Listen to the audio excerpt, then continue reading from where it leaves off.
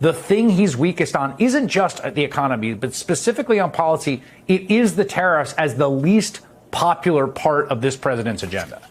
Yeah, I think it's because people finally understand that these are taxes that we're paying for, right? Like, I don't think, especially if you're a traditional Republican, you usually are anti-tax. So the idea that, you know, you've got this Republican president and all he's doing is adding taxes for people at a time when they're struggling. I mean, you know, we haven't talked about housing costs either, but when you start to go down this rabbit hole, it does go pretty deep.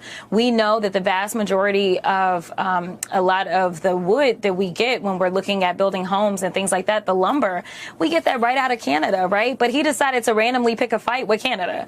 So, you know, the ripples as it relates to the tariffs are very real. But I think that most people are just like, listen, this cost me more money, so it must be the tariffs. And I think that that is a very simple kind of connection instead of going down the rabbit hole.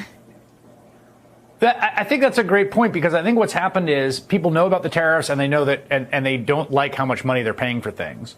And so by announcing the tariffs, it's like you've almost claimed credit for every price increase throughout the economy.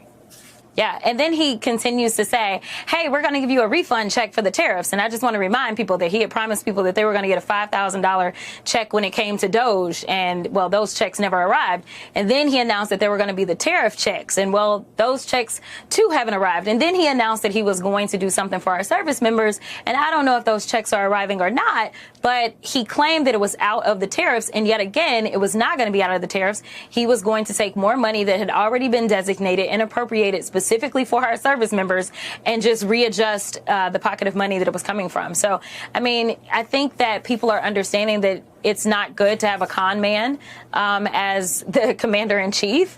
And people are frustrated because they know that the cost of everything is going up. Not to mention, we have people like the Secretary of Education that wants to downgrade certain degrees and make it more difficult for those that have certain degrees that they've earned to be able to make the living that they need or to be able to support themselves. So it's just right now he's just compounding issues. And I know that you mentioned the Great Depression, and yeah, we're not there yet, but there are estimates from experts that think that we are on track. I mean, we've lost 1.1 million jobs since he swore in just in January. It has not been a full year. And when we look at these elections that have taken place, whether we're looking at November 4th or whether we're looking at these special elections, I think what you're seeing is people are signaling that they are not happy with anything that is going on, whether it's the tariffs or the other policies that are making it more difficult for our economy to sustain itself.